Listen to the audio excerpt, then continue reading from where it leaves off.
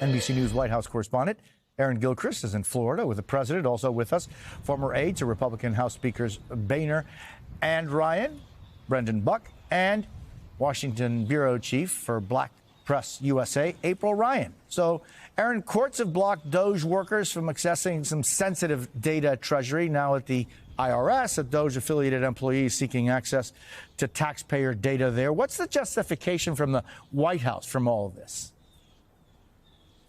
Well, Jose, as we understand it, this is an IRS employee who is connected to the DOJ team that's been going through all of these government agencies looking for waste, fraud, and abuse, as the president has told us. In this case, this employee is expected to seek access to the integrated data retrieval system. As you noted, this would allow access to taxpayer IDs, to retirement account information, to collections documents, collections actions that the IRS may be taking. And we've been told by an administration official that this person is acting legally and has the necessary security clearances in order to access this information. It's not your standard IRS employee access that you would have with this particular data system. And so the administration says this person has the appropriate clearances.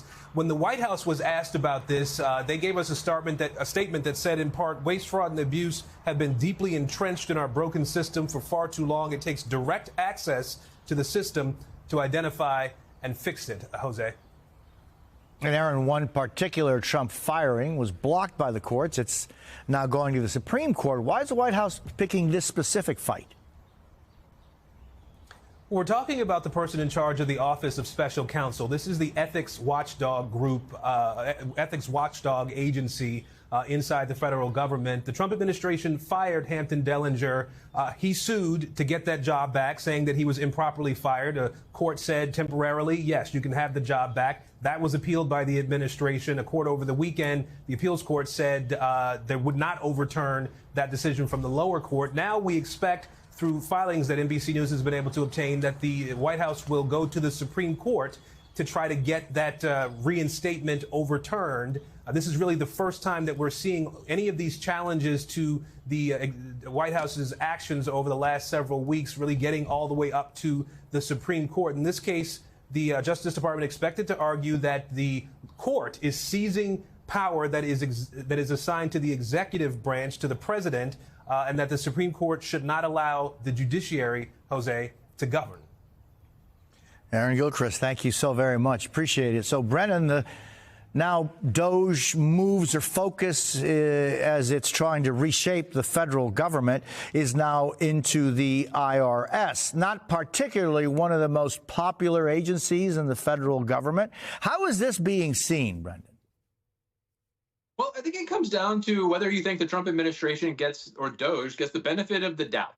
Look, the IRS is a famously inefficient organization, and I don't think anybody has ever applauded the way that they operate. So certainly you could argue that the IRS is due for some reorganization and some efficiency, and I think that's great. I do think it's important, though, to appreciate that maybe people have this perception that, the government just sort of has all these master files on everybody and can just look at anybody's stuff. IRS filings are some of the most closely guarded things that we have. Very few people have access to it. So the question really just comes down to, for what purpose is DOJ getting involved in this? And this could be a whole lot of nothing. This could be legitimate, trying to make it more efficient. Or, if we're being, really concerned, one of the big concerns about this administration is targeting people through the IRS, auditing people. We have no idea exactly what the purpose of this is. Now, if it is what they say, they're looking for just efficiencies in government, I think that's great. I think that's probably an organization, a bureau that needs it. This is the whole problem with DOJ is we just don't have a lot of transparency into what exactly they're doing or why they're doing it, what their motives are. Yeah. So, April, how does this translate into these concerns that Brennan is talking about, into when or if we can actually see what it is that DOJ is or is not doing? Well, Jose, trust and believe.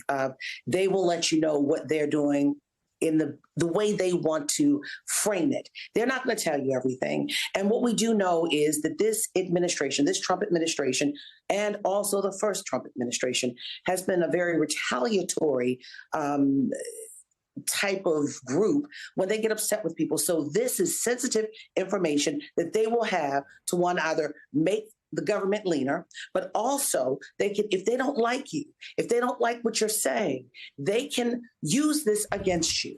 Something hanging over your head. This is unprecedented. This is dangerous. This is people's information, financial information. And what will you be doing with it? We don't know.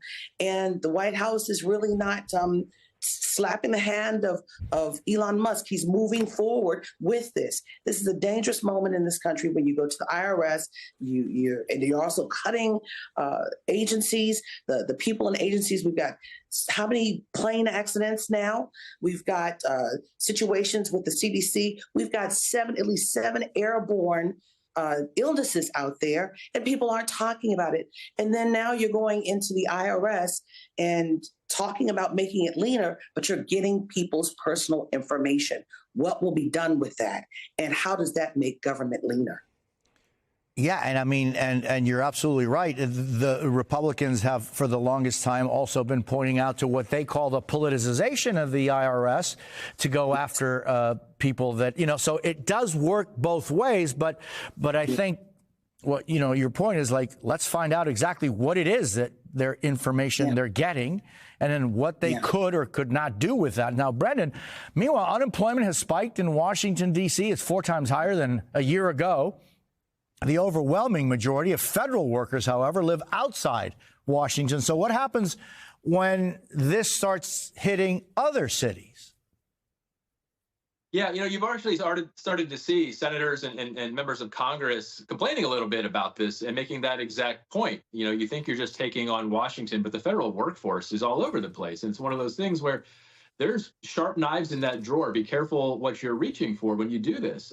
Look, I will say this. I'm a Republican, I'm a conservative, and I think most of the country agrees with me that perhaps the federal bureaucracy has gotten too big. And I don't have a problem with someone taking a closer look at whether places that we can trim the government. I think that is completely fair ground. And I think that's probably why you're seeing some of what Donald Trump's numbers be so positive is related to. Where I have an issue is that someone probably shouldn't be Elon Musk. That someone should be Congress. And that's because, as we are learning, as what they had to, reinstate some people they fired, Elon Musk doesn't have any real sophisticated knowledge of how our government works. Figuring out where real inefficiencies are and real waste and fraud takes a lot of work. It takes a lot of digging into reports and understanding how agencies are supposed to work. And what we're seeing is a very unsophisticated approach where they're just cleaving off parts of the government. And I imagine they're going to make some mistakes along the way. And you're going to have members of Congress, even really conservative ones, say, hold on a second, that's not what I thought you meant when you said you were cutting into government. So I appreciate the spirit with which they're doing things. I just wish they were taking this a little more seriously, and that means going through the proper congressional pathways to doing it. Yeah, I mean, and meanwhile, last night, Transportation Secretary Duffy posted this, April. It said members of Musk's SpaceX team will be visiting the Air Traffic Control System Command Center to get a firsthand look at the current system, learn what air traffic controllers like and dislike about the current tools, and envision how we can make a new, better, modern, and safer system. He says, April, that this is Musk's SpaceX company being invited. And apparently it's something that other companies and corporations have been invited to do in the past. But are there any concerns, you think, from this? On the other hand, SpaceX is doing stuff that nobody else on Earth is doing. That's true. But isn't there still a conflict of interest? As SpaceX is owned by Elon Musk, who's trying to make government more leaner and more efficient. And also, SpaceX should have learned from Elon Musk when he fired all of those people at the FAA before that first accident over the Potomac. Shouldn't they have been advised by Elon Musk at that time? So it's a hurry up and wait, catch up, all of that kind of thing. But the FAA is something serious. We've seen how many air accidents, fatal air accidents or accidents with planes since this administration has taken over the White House. And at the end of the day, shouldn't there be another company? Because it's such a conflict of interest. I mean, from the optics of it, yes, Elon Musk, there's no one else that does what he does. But shouldn't there be another company bidding for this contract? Because it's in your face. It's such a conflict of interest. So we'll just have to see what happens. And SpaceX may get the contract. Yeah. Yeah, if there is bidding for a contract, I mean, it may just be, hey, how can, what suggestions do you have? I mean, it's interesting. Brendan Buck and April Ryan, thank you so much. Really appreciate it.